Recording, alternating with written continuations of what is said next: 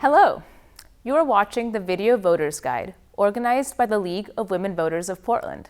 All candidates who filed for this race were invited to participate in the Video Voters Guide. However, there are many reasons during a campaign why a candidate may be unable to appear.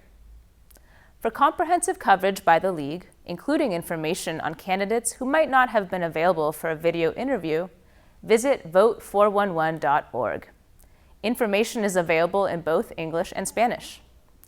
Candidates may choose to include additional information on Vote 411, such as their own YouTube videos.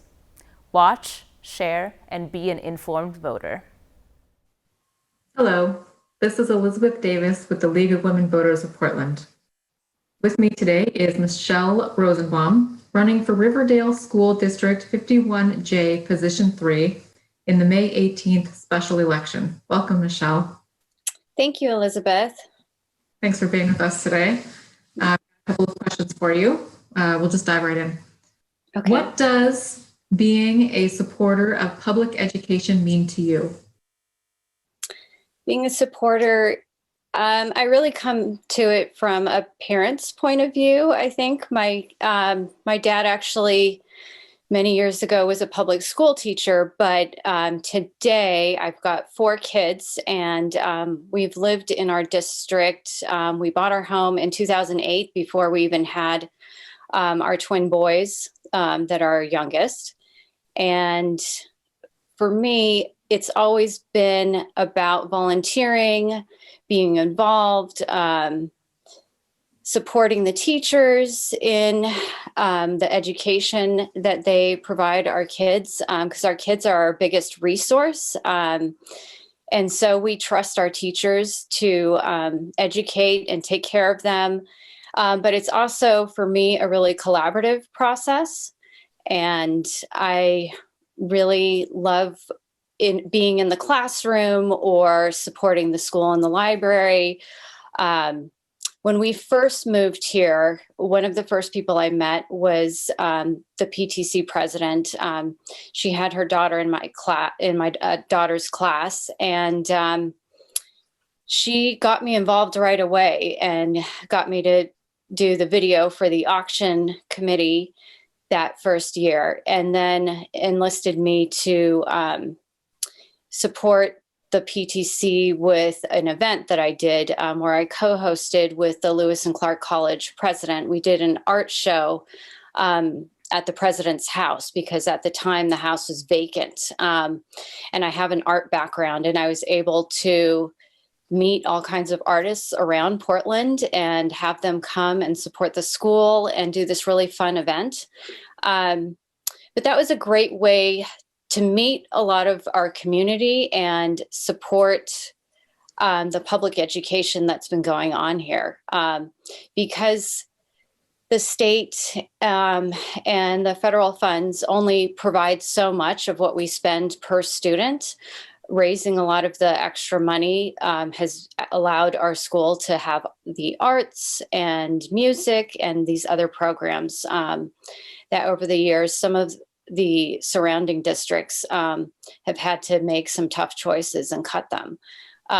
So for me, that's a big part of supporting our public school system and ensuring that our kids get the best opportunities that they can get. So that's how I've always supported public education. Thank you for your answer. What do you think is the biggest challenge facing our public schools right now, and what is your plan to address it? Our biggest challenge right at this moment would be returning to the classroom, and how are we doing that, and how can we do that safely? Earlier this year, I did a survey with my fellow 6th grade parents because we hadn't really had the opportunity to connect. And I was finding at home that it was really challenging for my 6th grade boys in particular. I have identical twin boys in the 6th grade. And the learning online was just very challenging. I think every kid learns differently.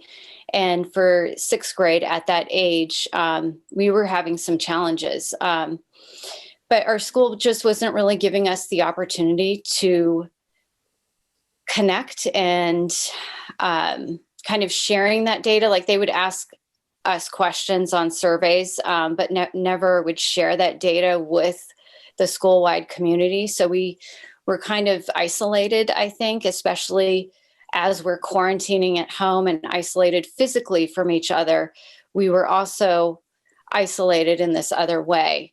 So I did this survey because I was having a hard time, and I wanted to find out if I was alone in that, because I was kind of open to the idea that maybe some of the other kids were having an easier time than we were at home. Because I know that every kid's different, and I did the survey and came to find out that I was not alone in that a lot of us were having a hard time, and our kids were having a hard time. Our families and the kids were having a hard time with social emotional learning and development, as well as the academic learning. And so that kind of started a process for me where I started to reach out more to the principal and the board and our administrators about what were they doing to plan, because the plans that had been coming out just were not, they didn't have a long-term lens to them. And for me, the way I've looked at this whole experience of the pandemic is, what lessons can we take from this? Because it is going to be something that's going to affect our lives for a long time. You know, I think next year in the fall, when flu season comes back, anytime a kid sneezes in the classroom, it's going to be, you know, there's going to be some anxiety around that. And so I really wanted to look at the planning from a long-term point of view. And so I wrote letters and also asked that there were more safety protocols from what our RSSL blueprint was looking like.